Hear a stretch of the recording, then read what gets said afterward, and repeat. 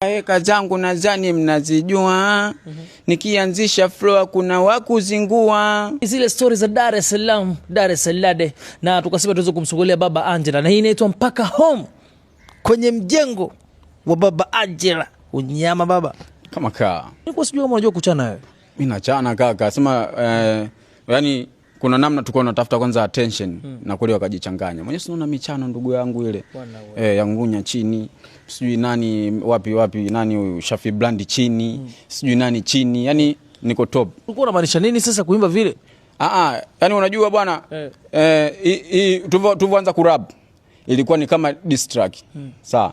Kwa sababu kila mtu alikuwa anamtafuta mwenzie anayemweza. Kwa hiyo na mimi nikaona sasa hapa nipige chorus fulani kama inataka kuja kwenye taarabu afu ni wakanyage hip hop. Yaani ukaamua kwamba chorus ijifanye kama inakuja kutaka kuja kwa kama kwenye taarabu. Yeah.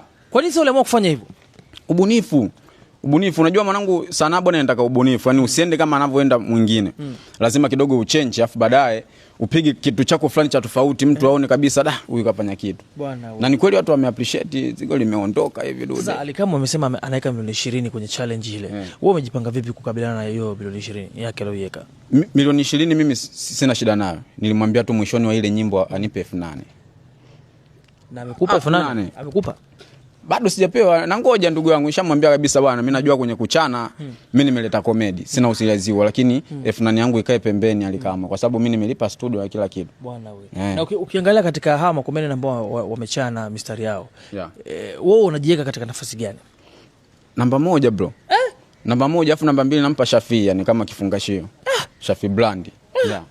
Ile mistari kaka ya hapa ndugu yangu kwamba limepigwa chorus kwanza, chorus lenye ubunifu la taarabu limekuja afu mbele imepigwa flow moja hiyo ambayo hata Ngunya mwenyewe atakuwa alishika kichwa akasema Ngunya ashike kichwa kwa sababu ya Baba Angela. Bro, ile mistari usha kuiona kwenye inchi hapa Bongo hapa ubunifu. Sasa wewe unatuambia mistari ukuishika. Sasa hivi umetupa chorus. Basi tuchapie mistari. Ichape. Ichape.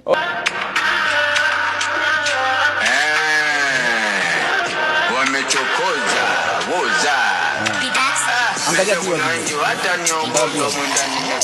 worldwide likes 96, comment 4,000. Hiyo si ni ishara gani? 8,000. Hiyo favorite. Hapo unaona 800 wameplay 860. Sasa kwa wakimbiza kuliko watu wote.